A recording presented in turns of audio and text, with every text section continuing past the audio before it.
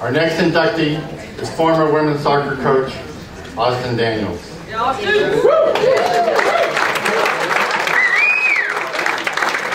would like to ask current Associate Athletics Director Ted Staropoulos to help me present the award. Ted was the women's soccer coach and a mentor to Austin throughout his time in Hartford. Teddy founded the women's soccer program.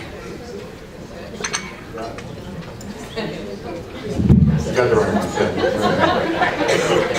Austin, who spearheaded the Hartford women's soccer program from 1989 to 1995, is simply one of the most successful coaches in the history of the University of Hartford athletics.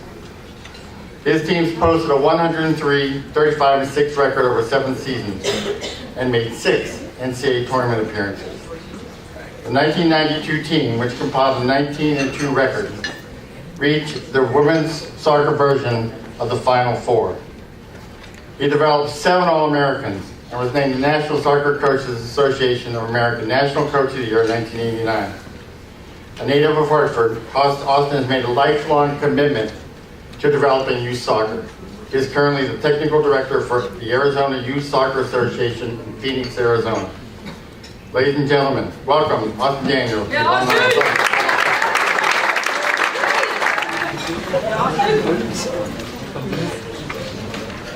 First off, I'd like to thank Pat Miser and the Hall of Fame committee for selecting me, and congratulations to all the other inductees. As a coach, one of the things that, to get an award like this, you do almost nothing. Everybody does it for you in all reality. The players and all the backroom and support staff. So that's really I want to honor. I've been, as Jim said, I've been a long-time coach. So I've been coaching for 30 years. And in that 30-year period, there's never been a group better than the group I coached here. We've got some of the players here. So thank you very much. A lot of them are all spread all over the country and unfortunately couldn't make it, but they were the best group of players that I ever had. But I also want to talk about really the support staff that we had. Someone mentioned Roger Wickman earlier. Roger was a massive support when I first came here. Don is the AD who hired me. Don, as most of you who dealt with him, you could go into Don's office as mad as possible. He'd give you 2 or 3 or 4 stories, then say, "Oh, thanks, I gotta go now." You never knew what you were mad about when you went there, when you got out of there. And then you get out of the office and you say, "He did it again." But along with Roger, he was a fantastic support for women's soccer and obviously what he did for the university. Andrea was mentioned earlier. Andrea kept a number of our players eligible. She was the support, and not just in the academic side or the soccer side, she was the support for them emotionally and kept them going. When they had a lot of rough times, Andrea was always there for them. My first assistant, Tony Horta.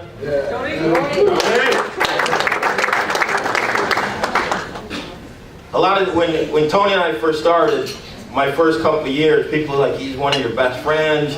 You guys are a lot different, and I don't know if you should hire him."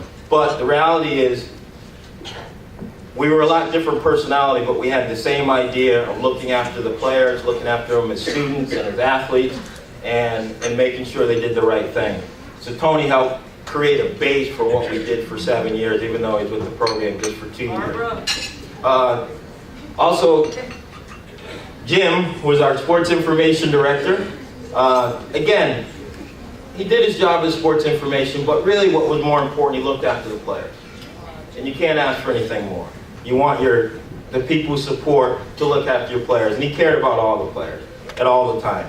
So, the stories he did and all that was just a part of it. But the reality is he looked after the players.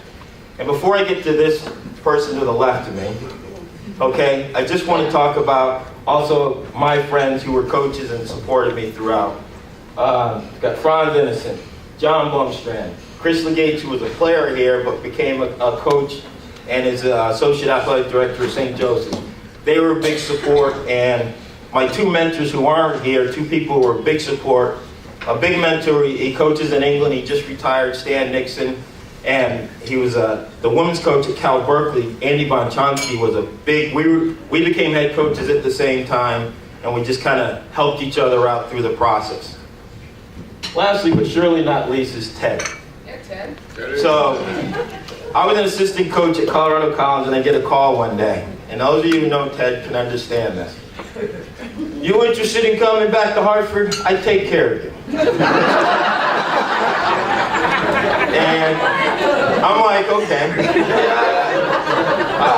I'd be interested. And I didn't hear from him for about 2 or 3 more months. And then he called. He says, I'm moving up. I'm moving to assistant athletic director. I want you to come. And Don interviewed me. Thankfully, he hired me. Thank you.